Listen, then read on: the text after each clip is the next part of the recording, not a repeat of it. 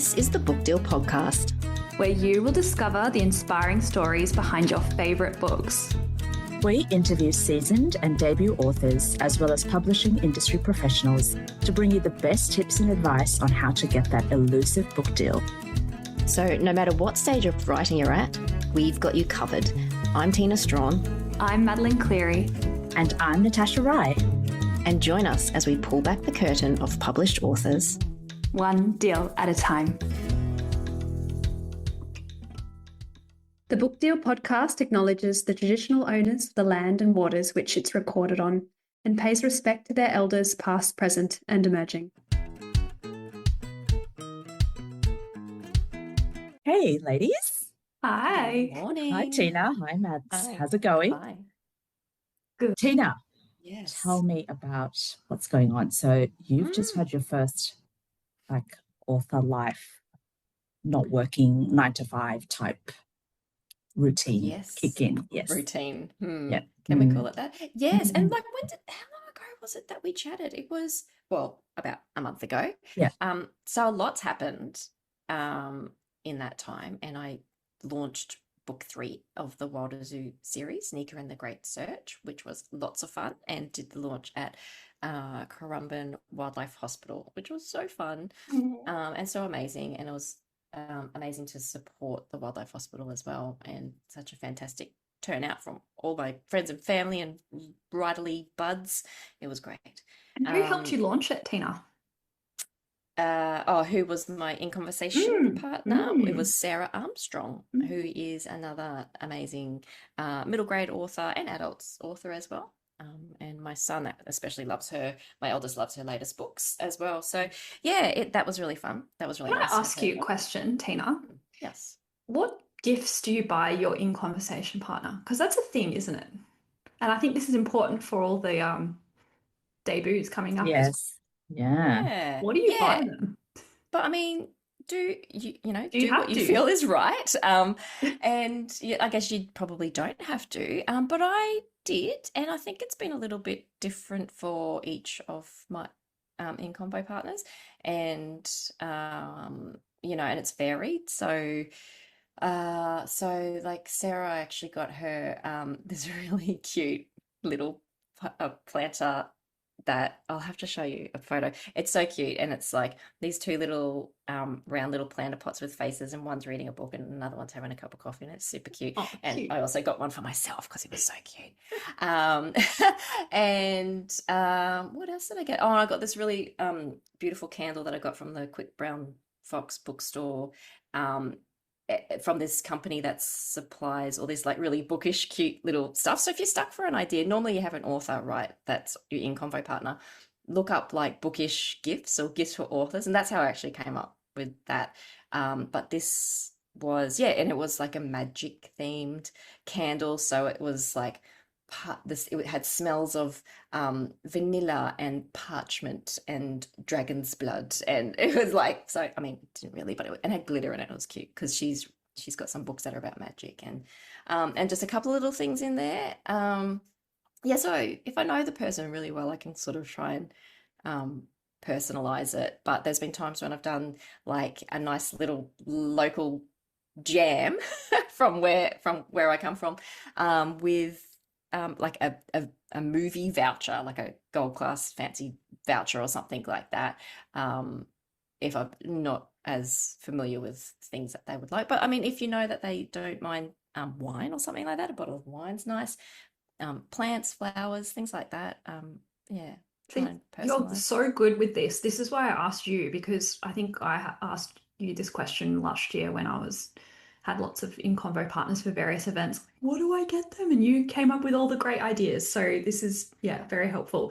And it's like part of that admin, isn't it? That author admin burden. You're kind of like, I have to think of this. Yeah. And if you have a lot though, like you had a lot, you could have possibly spent your whole advance on I did. gifts. I reckon, yeah. I think I had like 8 all laid out. You don't have to.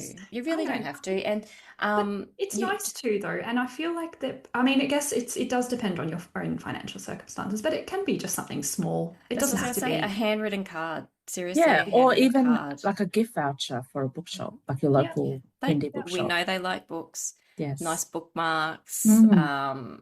yeah, that, and like a candle or something, depending on who it is. Seriously, like it's just, it really truly is the thought that counts. Because more than Um, often, your in convo partners aren't getting paid they're for not this. getting That's right. paid, but it is Yeah. always nice if you can to stock their books as Yeah, well. yeah. So everyone that I've done so I've had QBD come along to some of my last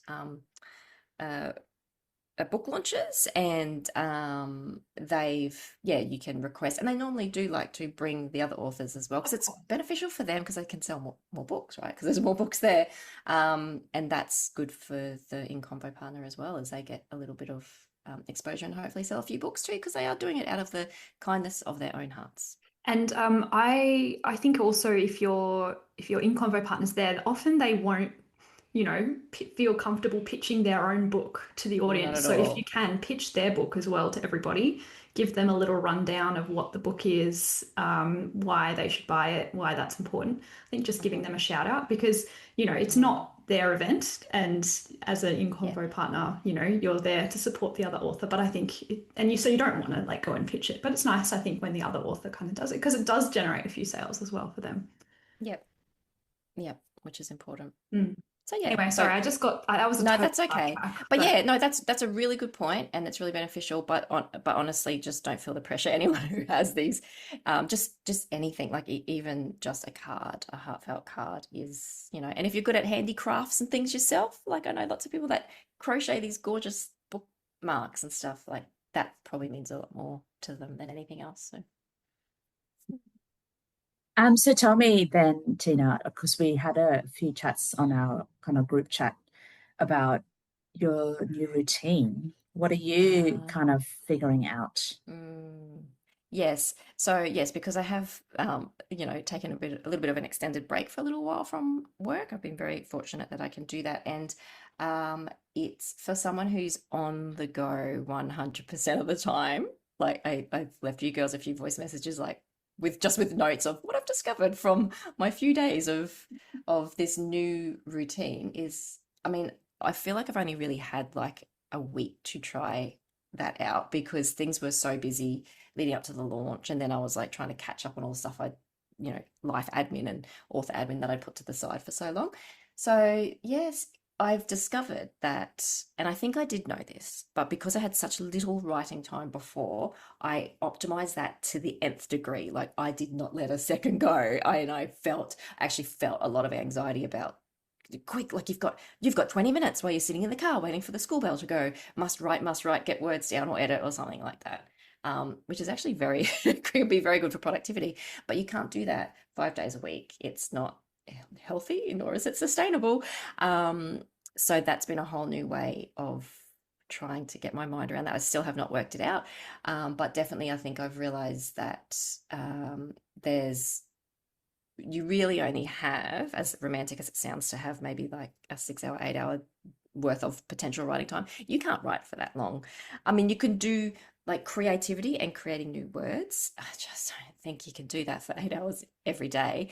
Um, so I think I've found that I've got maybe a couple of hours in the morning, like maybe between like 9 and 12, where I'm at my peak creativity. And I think that's when I can write new words.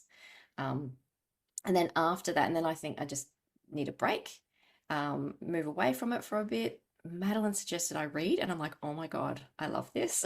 Reading. I've never really considered that, but I love that because it feels like a bit of a rest, but I'm still, immersing myself with aligned with writing and storytelling. And then I think like the afternoons, like Tash, you also suggested with yourself, that's when you can do catch up on some emails or socials, or just author admin, or something like if I've got edits, something that's a little, or like line edits or something that requires a little less creativity, but I'm still feeling like I'm ticking a box. mm. um, I didn't do so well with that last week, but that's okay. I'm getting there. Maybe in a month's time I can check back on Well, it's only on new and how it's all fresh, Yeah, going. and it's Super you've new. new got to and adjust, don't fresh. you? Are you still Mm, getting up at 4:30 in the morning? yes, I Oh, am. oh, Yeah. I was 'Cause I thinking. just I am, because you know why, the reason why, and I think it's like exercise as well. If I do it first thing in the morning, like nothing, because if I try to do it any other time during the day, I won't. I know that I won't. So I feel like if I do my writing in the morning, even if it's just for that hour, it I will feel comfortable for the rest of the day. The whole day could go to crap. Like the whole rest of the day, I could have like sick children, or I'll be sick, or anything. But I've still done that. I've still ticked that box, and I still feel comfortable with that. So Mm. that's my plan. I don't know, but I did ask you girls what Mm. your for some advice. So please, Tash, tell me, what do No, you like think?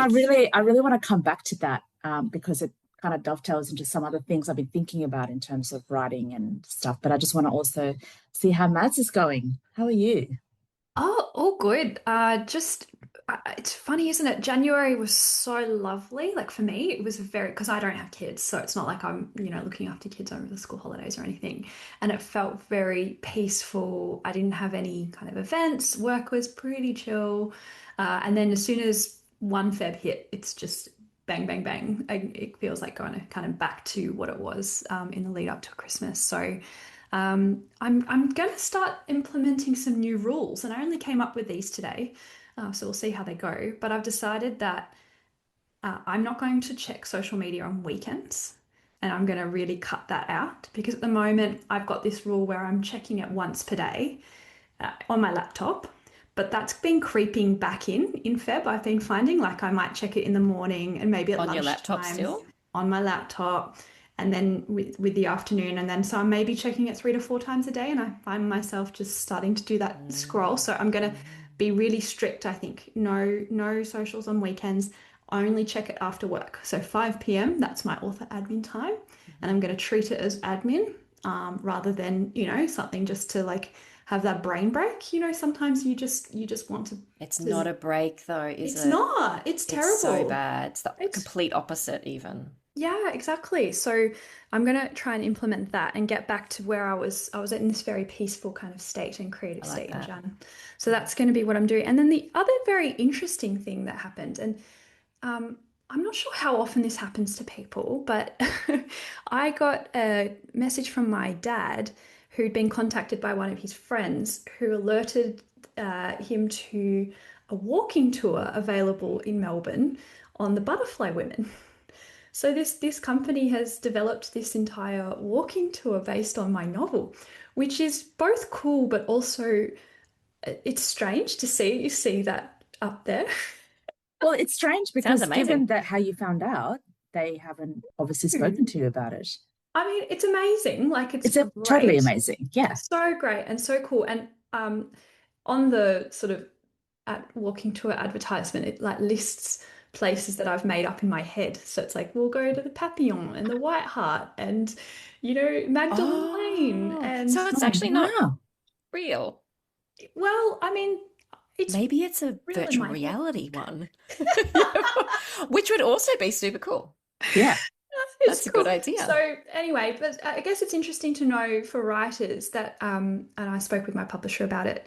Uh, they can't use the image of the novel in the ad because that's a copyright issue, but anyone can kind of go and take your IP and develop something. And Mm. that's cool because it is, I suppose, advertising the book, like it's free advertising. And yeah, so I'm tempted to just like put on a hat and go on a Yeah. tour. Please, Incognito. please, next time I'm down there, I'm doing Yeah. that. Yeah. Any Me too. But listeners I down just, I there? go, I Yeah. guess for anyone listening, like, I haven't endorsed this tour, so I can't say if it's accurate or not. But if you are interested in a tour of the Butterfly Women, and of that era of Melbourne, let me know because I'm thinking maybe there's a market for this. I think there is. I think it would be really cool, but the the selling point is like you doing it. Is that your plan? Yeah. Would Yeah, you? I reckon Yeah, I would do you'd be Oh it. so my God. good You get at sold it. out in seconds. I've always wanted to be a tour guide. Like, you see Oh my those like God. You'd make historic such a good properties. tour guide. Oh my Lord. And you see those like old retired ladies that take them around like volunteers. That is my dream job in future. I remember Oh, when you were really? taking me around, Mads, and Yes. I was like, this is amazing. So And it funny. has to finish with gin tasting, Of right? Like, course. oh, Obviously. Of okay. course. Stay tuned, everyone. This is going to Yeah. be amazing. You I'm need to booking do my this. flight. Yeah. I know. All right, This is we'll so keep you guys in fun. the loop then. Yeah. How So, about you, Tash? What's your update? So I've been because Okay, so I've been thinking about book 2 because I've just submitted it back or returned it, I should say, or given it. I don't know. Yeah, Congratulations. I'm so This is to inarticulate. be I can't even speak. celebrated. Yes. Yeah, it's big. I just sent it back to Tom, my publisher, and I was just thinking about the whole feeling of it. So putting aside all the publisher deadlines, because I was just thinking purely about how it is to write a second book or other books. And Tina, you'd be a bloody pro at this now.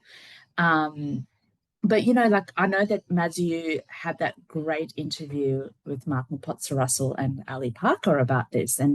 But I was just thinking purely from a craft point of view and routine point of view, like what's different, what's the same in terms of how you approach a second or a third novel. Mm, Especially after you know that it may be published, because I guess with your first book, when you're writing it for yourself.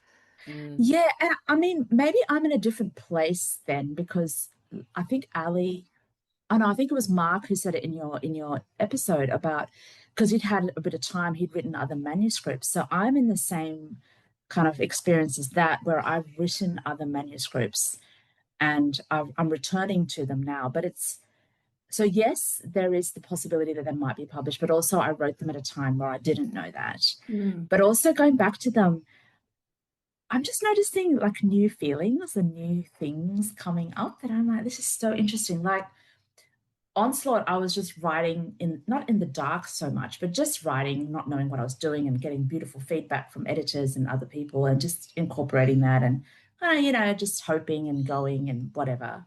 Whereas like this one, it feels it feels harder, not as in the actual writing of it, but my feelings towards it are a bit more complicated because I'm like, it's not at the standard right now that I would like it to be when I do a direct comparison of where Onslaught was at the same time when I was showing it to people. So not even a publisher, but just showing it to people. Um, and I'm like, and there are things about it that I actually don't know how to fix. And I had the same experience with Onslaught, but this is different in that it's supposed to be a more, and I'm doing air quotes, I don't know why, because no one can see it except for you two, but it's meant to be a more polished draft. And also my routine this time around is different. Like Onslaught, I was writing, like what you said, Tina, because I had a corporate job at the time. So I was writing on planes when I had to do work trips. I was writing my 1 hour every morning before I had to go to work. Whereas now I have dedicated writing days. So I have what feels like more time, but it just feels a little hazy in a different way. And I was just really curious what it's like for you two when you've been writing like follow-up manuscripts or manuscripts after your first, or in your case, mm, third, Tina. mm. Yeah, but I think mine might be a little bit, excuse me, different, because they are very much. So I have got 3 published, but they're all in the same series. So the characters are already there, and it's known characters and known worlds. I mean, they Mm, change a little bit. So, and that's such a huge part, right, of your story. Um, I mean, and maybe then it's also a little bit different and harder in different ways in that because it is known characters, known worlds. How do you write new stories that don't seem like they're repeating or aren't so similar?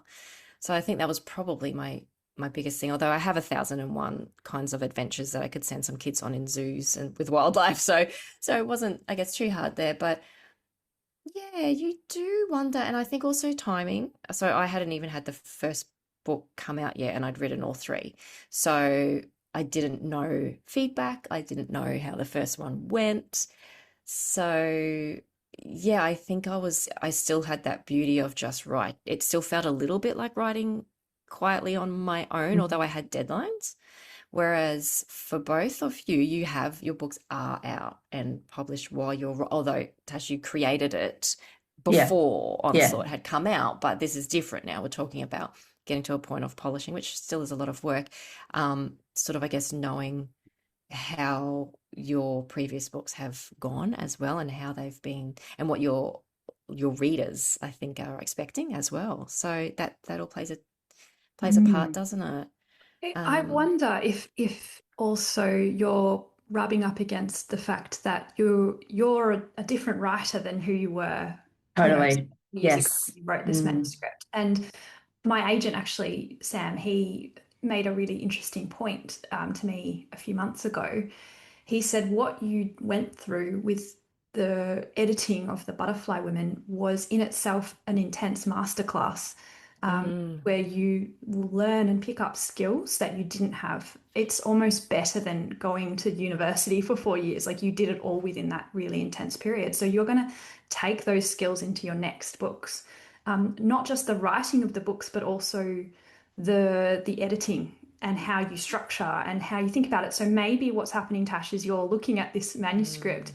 and because you've gone through this intense, period, you're thinking more about Mm, the structure because you know what you can produce. yeah. But also just in our conversations, like between the three of us, I've also noticed that all three of us are trying or experimenting with things outside our comfort zone. So Mm, I think that's also part of it, isn't it? Like as a writer, regardless whether you're published or not, I mean, that helps in terms of confidence. But if you're writing like your first book, you write it and you don't, maybe you know what you're doing, maybe you have an idea, maybe you don't, who knows, but you do it. And then your second book, because you learn stuff, obviously. But I feel like I'm taking risks in a way I wouldn't even have thought to do mm. before. Like these ideas that are coming or forms that I want to play with that I'm like, there's no way. Or I would have read something like that and gone, wow, this is amazing. I don't know how to do that. And it feels like that comes out. Like I remember Tina when we were in Magnetic Island last year, and you were talking about some ideas that you had, and they were quite different. And in Mads, I know that you've definitely talked about books two and maybe a book three in terms of what you're writing, but just playing with something new and different form and Yes, yeah. yes, because then that's also a consideration, isn't it? Is I guess that readers liking your work and then um, look, writing is a consideration. Do I write very similar to what I've just produced, or do I write what's calling to me? Can I make them both work? Yeah, that's a consideration too, isn't it? Mm. Yeah. So Because I so think when you're we going all, out. oh, sorry, Tina, you go. Oh no, I was just saying. So when you're doing all these extra risky things, Tasha, you sort of thinking, is that in your mind? Like Yeah, my I'm like, oh readers, my yeah. God, am I going to totally screw this up? And is this the kind of fall flat? And is this just a steaming pile of crap? Or can I because you know, It like won't be. I'm sure it, well, I'm not sure, but I imagine this happens to you. But you know, when you're writing like an early draft or even any draft, and in your head you have a vision and you have like an idea of what it would sound like, what it might look like, and then you read it and you're like, ugh, this doesn't Yes, sound like It's anything the that's in my hardest head. part. I know, Yes. do you know, yeah. my mindset changes when I'm writing new words, like this current manuscript I'm writing, which is actually book three now. And within the hour, I go from thinking this is a pile of stinking poop and no one's going to like this and this is really shit to, oh, this is actually quite good. I'm enjoying this. Oh, I think there's something Mm. here. And that just flips like every 5 to 10 minutes. And Yes. it's really bizarre, isn't it? Oh, I'm I Yeah. so don't, glad you said that because I have that all the time, and I thought I was like somehow developing like multiple personalities or something. it's No, normal. me too. Let's just say that that's a normal thing then, and Mm. we should all just accept that. And I do, and we do learn from that as well. And I think that's the beauty of it, I guess. And I guess for all new writers out there, just accept it as part of the process. It's 100% just your natural thought process for some reason. We do it to ourselves. But yeah, so now when it does happen to me, I still question it and I go, this is a stinking pile of poo. And it's like, or I just can't see it and with fresh eyes, and someone else who's Mm. reading it probably doesn't see this. But yeah, is it a pile of poo, or do I just need a minute to to get back to it and And maybe don't take it so seriously now? And do you think, like, when you go from that swing from maybe this is a pile of poo to this is actually okay, oh, I'm really enjoying this. Do you think it's because we are genuinely like maybe we've written a couple of sentences or a paragraph or a scene where there's just some beautiful little gold strands in there that we like, yes, Yes. here's the evidence that it's something good. Yes, and I think something connects, and you sort of, it's when you don't really know what's happening. I mean, for me, that's a normal because I'm a pantser. I don't really know what's going on. I don't really know what this book is. But then something happens and you start, it's like an unraveling. You're like, oh, maybe this is what this book is actually about. And you get that tingle realization. Yeah, I'm And getting then it now, just hearing you say that. Love that. but then it becomes a piece of poo in the next chapter. So, Yeah. do you know what though? I'd actually be concerned if I was writing new words and the whole time I'm thinking, God, this is great. I'm so This good. is amazing. Like, this Yeah, is the best that's a red book ever. flag. That's a red flag. Does anyone think that? I don't know. They may, but I don't know if they've had much published because it's got to be Okay. it's got to be weird. So here's my next question, both of you. So given that this is kind of all in the mix when you're writing the next thing or the new thing, how do you think and I know Tina, yours is really new, but how do you think a change of routine, because we've all three of us had changes since we've written our first books in our routines and time, how do you think that impacts either how you feel about the book or your creativity or your productivity? So, when I wrote The Butterfly Women, I was working overseas in a really intense job, 5 days a week, full time, sometimes 6 days. So writing in the cracks was, yeah, very much what I had to do, kind of similar to what Tina and yourself, Tash, were saying. So it was early mornings, it was, late in the evening. And it took me about 10 months to write the first draft for that, which doesn't sound that long, but for me, that's actually quite a long time to write a book. Then, when I got the contract, I wrote this other novel, contemporary novel, in like 2 months. And I actually gave myself time to take leave from work because I got the contract. So I used my advance to take 2 weeks to just be a full-time writer. And I was really highly productive in that time. I don't know if I could sustain that though. Like, I don't think I could, I was writing, I went back to my diary about it and I was writing like 7,000 words over 3 days or something and just like absolutely smashing it. And I think that that's probably, yeah, not going to work for everybody. And it probably was a little bit tricky. Then last year I wrote the book 2 for my historical series.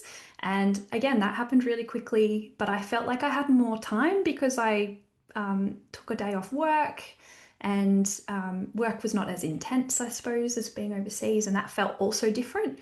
And now I'm writing my third historical book and it's a lot slower and it's going to be more like The Butterfly Women, I think. My life isn't that crazy. Like I work 4 days a week, but I've got time. I've got way more time than I did with Butterfly. But I think this book actually needs a longer time. So it's probably going to take me 6 to 9 months to get this draft down. It can't go fast. So I think you've got to listen to the book maybe and to develop a routine around it. I don't think there's going to be ever a routine that's going to suit me for every single book. Like, it's not going to be a generic routine. It's just about finding it. So I've done away with word counts for this book because I don't want to feel guilty about it. And if I feel that reluctance to sit to dive into the manuscript, I push past that. Like, that's a big routine thing for me. Like, I want to try and do something every single day with it, even if it's just 10 words. So that's always been part of my routine, and I think it's important. And I also know that I'm going to have to take breaks from this book because I'm about to go into structural edits with the Butterfly Women with book 2, historical. So I know that there's going to be big gaps between this book, and I just have to accept that. I really, really like that idea of listening to the book. Yeah, I agree. Some books just flow, regardless of what your routine looks like or what your pressures are in your day. Some books just flow out of you, and some just need to be pulled at a little bit more and tugged out a little bit more and thought about. And I think that's exciting. I agree. I think every manuscript that I write it comes differently. Some is completely pantsing for most of it, and then others it's all just there in my mind anyway, so I kind of I know, and so I can like dump it onto a page and somewhat plot it out because it's already all there. But I think that's exciting, and I think that the take homes from that is like more time could lead to less productivity potentially. It just depends, and just I guess reining that in, because I know some afternoons I'll just try and push through, but I'm I'm literally just staring at the screen for 3 hours, and I'm like, oh well, I should have put it away and completely done something else. Um, and I think don't force it Yeah, is the thing. Don't think I've got 3 hours, I must write for 3 hours, because thinking about it is product, thinking about the story and the world and everything is actually progressing it. It doesn't have to be words on the page.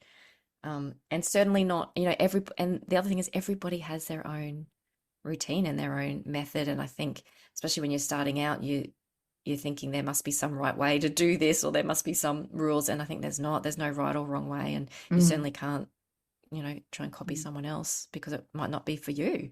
exactly. So, Yeah, and I also think, like, what we've all described about where we have snatches of time, like, because you know that, you can make the most of it. But then when you take that mentality, like, even Mads, when you said you had 2 weeks off, you took some leave, you always knew that it was finite. Whereas when you shift your work schedule into, say, working like 9 to 5 type thing, fewer days, and you have a dedicated day, I think there's always a period of adjustment where you have to, wait, not have to, where you start to go, oh, I don't have to sit and hammer something out for, as you said, Tina, like 8 hours or whatever. I have this stretch of time for as long as I need it. And then something shifts inside, and you start to trust it. And it's not like, oh my God, quick, if I don't have it now, it's gone, maybe. And I think as too well. that if you're starting to feel guilty because you've got, say, like you said, Tina, 3 hours in an afternoon, and so you feel you probably want to be able to sit down with a book and dive into something else in a new world, but instead you feel, no, no, no, I need to do this. This is my job. I'm going to have to sit down and do this, and you don't produce that much, and then you feel guilty, and that's an awful feeling as Yeah. a I know. creative. Like, you don't want to feel, you want to feel nourished, I think, not guilt. Yeah, I mean, agree. even in our last conversation, we were like, what are our sort of goals for this year? And I believe I said rest. And I was like, I'm going to try and fit rest into every day. And have I done that? No, not really. Um, but but that's so important, and it's a priority, and it is that, whole thing. We probably bring it up, or I do in most of our chats, that whole thing of if you're busy, that's saying, everyone should meditate for an hour, but if you're super busy, you should meditate for 2. And it seems counterproductive, but it's not, because it's basically just saying if you take that time and you re-energize yourself and you refresh yourself, you're more productive in that shorter period of time than if you're trying to spread it out over those longer periods. It sounds counterproductive, but I totally agree with that and need to listen to my own advice. All right, well, you do that, Tina. Tash, Yes. I'm interested in your routine because, if you think about when you were writing Onslaught to now, like so obviously you had a corporate job writing Onslaught, but now you've got that portfolio career, you've got multiple different hats that you wear. How has your routine changed? So I know that I am, in terms of my own work, I'm better in the mornings. So after like lunchtime, I unless I'm on a deadline, or I'm, like you said, Tina, doing edits or something, I can't really do creative flow, or something's really grabbed me. Like last year I started something new, and I could find I was writing anytime, all the time. Anyway, so That's the usually book. That's listening to the book, that's the isn't book. it? Yes, Yeah. exactly. That's listening to the book. I want to use that as a little slogan from now on. I'm listening to the book. Um, so I've now switched off Instagram. I've logged out of it on my laptop, and I disable it on my phone from Friday to Monday. So No I've been, weekend. Yeah, great.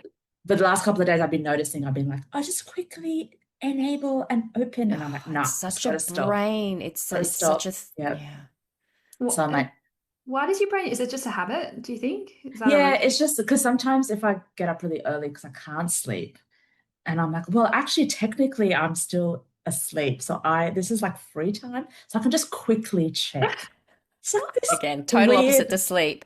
I I know. know, these stupid leaps that my brain does, like, just do that. And it doesn't count. And I'm like, It's Your anyway. brain free. It's does like free. change though. Your brain will change. I found when I was off Instagram for 2 months, sort of December, Jan, I wasn't thinking like that. I wasn't, my Yes. brain, yeah. But then as soon as you I know, go it's back that on. dopamine hit. Oh, Yeah. It's yeah, look, we are all human, and I know. that's Yeah. what we're programmed to Yeah. do, dopamine hits. And Yeah. like the Amy Kaufman episode earlier this year, she said it to us before. She's like, I can't compete with the thousands and thousands of, scientists and neuroscientists that have helped Instagram and all other social media program and create this beast that actually does trap us and Yes, addict sucks us us. in. Yes. Sucks us in with the stupidest little bits and pieces, like, oh, I got a little heart up there, someone's liked my photo. We're No. not silly for doing Yeah. that. Like, Yeah. that's exactly their plan. And she's like, I can't compete with that, no one can compete with that. So she just has a program that shuts it off. so She has it 1 hour Tina, a day. I also downloaded that program after she Mm, gave that advice, and I same. kept disabling the program. Well, that's the thing. That's the thing. See, and that's not your fault. It is literally doing that to your brain. I know. I do have the program. I've just got the free one though. And so sometimes I get really annoyed at myself. And so with the free one, so it's called Freedom, the program. With the free one, you can, so I can't program it to shut down every day unless I pay for it. But the free one will let you just shut everything down for like 2 hours or something like that. And so if I catch myself and I'm like, oh, this is ridiculous, I'm on it again, I can just turn that on and it, but you can override it. You You really can. can. And I kept ignoring it and then feeling bad and guilty every time I was ignoring it. And I was like, Yeah. oh, no, I'm just going to delete the app. And then the act of having to reinstall an app is enough of a Oh, barrier yes. Mm. than Yes. having just to, click a button to say disable, I think. Yeah. Mm. I actually thought Yeah. about getting a non-smartphone, Oh, yes. like just going old school. Because I'm Have you like, heard well, of Brick as well? Like I there's have this seen thing, that. Brick, where it just turns Yeah. your phone into like a dumb phone A dumb phone. and Yeah. it's very I know. physical. Yeah. I mean, you could just take everything off and then it's a dumb phone, right? But it's kind of not like it, they make it very tricky for you. But then I Yeah. think of all the things that I'll need, like, what if I'm out and about and I have a question? Yeah, or How do I find passwords, the answer? Apple Pay, Google Maps. These are like Yes. practical I'll have to things start that you carrying a kind of wallet need again. in I life. know they've really sucked us in. Anyway, but when it comes to Instagram, you did have Yes. a really good technique though, Madeline, a little while ago, didn't you? Where wasn't it your husband had the passcode, or he had to he That was was amazing. two-factor This authentication? this was when I was writing book two last year, well, the historical book two. I should come up with a name for it anyway. Yeah, and I couldn't be creative while also on Instagram, so I just gave Pat. Yeah, and then he could check and he could let me know if there's anything, and it was so good. I would highly recommend that. But I asked him again this time. He's like, I can't. He's like, please, Madeline, I don't want to do that again. I'm not your PA. It was a lot of responsibility What did I because I used marry to you tell him, I for? used to comment on random things and like he'd show me the comment. I'm like, why did you write that? And then I'd edit it. And anyway, you were talking, Tash. Sorry, I interrupted you, I think. No, What? no, no, no. I was just on my. So anyway, I've disabled that, and it's Good. working most of the time. So Mondays is my kind of writing day. So I try and write first thing in the morning, and I find that sometimes my brain will go, but don't forget you need to do your Substack, or don't forget you need to get back to that person. I'm like, no, no. Mm. So first thing in the morning, usually till about midday or 1, I can write. And it's pretty good. Like I just get up for breaks, like to make a cup of tea or whatever, but it's nothing. I can do that now. And then the afternoon I usually read. So at the moment I'm reading a few manuscripts for different writers. So that's when I do that reading, and then I do the time boxing where I put in like all the things I need to do in the afternoons. And then Tuesday, Wednesday, Thursday. So Tuesday is a blended day of counseling admin and writing admin, and plus my writing block in the morning. Wednesday, Thursday are full counseling days, so I don't write at all. And then Friday, I have, again, writing block in the morning and then whatever in the afternoon. And now, because I'm doing a few shifts at Roaring Stories, so if that happens, then then I just do the admin in the afternoon afterwards. Yeah. You But are the it's, epitome of a portfolio career lady. Yes. It's amazing. I It's, really enjoy it. I never thought I'd enjoy it so much. Yeah. it's And again, cool. it's like this kind of thing, but it's the same thinking around like writing a book. Many years ago, I'd met people who had this kind of life, and I'd be like, that sounds so cool, but I could never Mm. do it. Mm. And then you do it, and you're like, of course you can. Yeah. Mm. Yeah. Mm. And So we it's haven't. all, oh no, you go, Tina. No, I was just going to say we have an episode on portfolio careers, don't we, Madeline? For those who haven't heard that or know what that is, but it does sound fantastic, Tash. And yeah, so it's about sort of doing not just aiming to get your, I guess, your income all paid from one particular source, which is very hard, especially if you want that source to be your books. But it's, finding the other roles that you have joy in, especially if you want it to be writing, finding things that align with writing, perhaps. But you have your other passion, Tash, which is counseling. Yeah, so at the moment, my therapeutic work is my main income. Like, I don't even, firstly, I don't earn it, not even close to a livable wage from book stuff or related. So I have just discounted that, and any money that comes through that I use for things like training for counseling or professional development for counseling or whatever, bills. Yeah. So, Yeah. But I then think that's very working at Roaring normal. Stories, Yeah. is a nice little addition, oh, isn't I it? love it. Especially Yeah. just getting to see all the titles coming in. Like yesterday, it was so cool. Yesterday on my Mm, shift, I got to input all the orders that they've already made with the reps into the system so that the label's ready to go. Just to see, and it was yeah. fascinating to me to see how this particular bookshop, like what they're buying, Yeah. like titles that I was like, wow, like, Mm, 25 copies of this crime thriller that's coming out by an established author and mm, but one copy of this yeah. cookbook, just stuff like that I was like, Mm, how, like, I'm just really getting a sense of the type of readers that must come into the shop, and also like the type mm, of offer that they are making to hmm people. hmm So oh, Yeah. it's so interesting. Yeah. Yeah. And it's all really thought out, isn't it? Mm, How mm. they make these decisions. And we also have an episode where we chat to a bookseller too, don't we, Yes. Madeline? Yeah. That it gives a good insight into behind the scenes of book selling as well. But you've got almost the whole package there, Tash. That's really I exciting. know, now I just need to go get a job in like publishing. All the writing Exciting. adjacent things. And what you were saying too, Tash, about like earning a living from writing and everything, I think it's still part of that portfolio career because even if you don't get money associated with it, like a significant portion of money, True. our writing career is we're here for the long term, aren't we? Yeah. All of us are Yeah. investing our time Exactly. and our own money as well into building this long career. Well, that's what we I hope. know. And I really disagree with the thinking about, if you're not getting paid for your work, it's not valuable, because it's That's right. so valuable. Exactly. So every time you say, all of us do lots of things that are for free and unpaid, Yes. but Yes. that's an investment in our career, isn't it? Because True. every time you say yes to Completely. an opportunity, Yeah. at least I find, like if I say yes to something, I will end up with a connection from that Yes. event or Mm, 100%. a mm, fantastic experience with a conversation with a reader, and it Yeah. just, it really changes your perspective, and mm. it's all part of that, isn't it?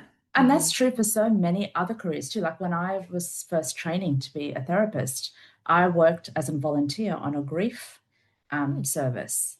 And it wasn't paying, but it was so mm, valuable for me and the Mhm. people I was supporting. And it just gave me so much understanding and depth into something I was just going into. Just like when now when we mm, read other people's manuscripts or mm. when we have chats, all of that Yeah. matters. Yeah. Mm. It's because we enjoy it and we find joy in it. And that might not be joyful for some people, then maybe, that's not for them. But I almost when we're talking that I'm like, it's kind of like when you go to uni. And you spend, 3+ years at uni. And how much did our degrees cost? Tens of thousands of Yes. dollars.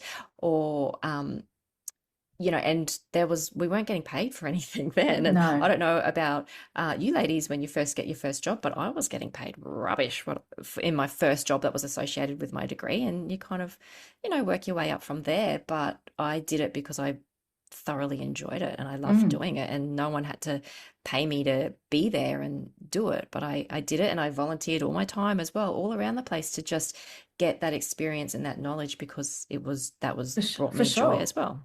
And if you make the link between, earning money and value, then I've thrown money down the drain because I don't even use my first degree that I did at uni. It's Mm, been a total, again, I'm going to use air quotes that no one can see, but YouTube, but waste of money, which it wasn't mm, because it gave me lots of life experience. yeah. That's right. So you have to look at what value are you getting? How do you measure value when Yeah. you these? I mean, Oh, having said all this, I think writers can be paid better. oh my God, yes. Look, The arts in Yeah. general can be, yes. And I think also society though respects earnings and money, and I think that's common. mm, Why it's very common when people outside the industry talk to you about your book, and the first thing they ask is how your sales going. So how's Oh, it yeah. going? Yeah. that's the thing.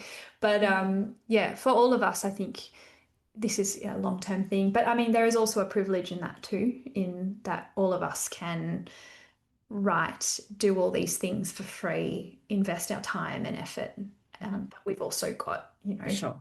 financial support through other things. It might be that, our own selves or partners or whatever is, yeah, and other streams of income, which is important. Yeah. True. And not just Yeah. income, even just, family support, for Mm, people who have, their family or their children or that just doesn't afford them the time. that's right. Like we Mm. have got time and some people just don't have that time. Yeah. So Like for a the husband that does writing, my social media. So, or the laundry, all the that's what mine laundry. does. Uh, yeah. So for those, it can definitely be difficult. So just if writing's still your passion, then just find the joy. And if it's just getting the words on the piece of paper, then that's perfect. Exactly. And I'm going to talk to Catherine Milne actually in an episode for March. And one of my questions to her is going to be around this. What does success look like? What does um, what value? How do authors measure that? And is it a purely a sales thing?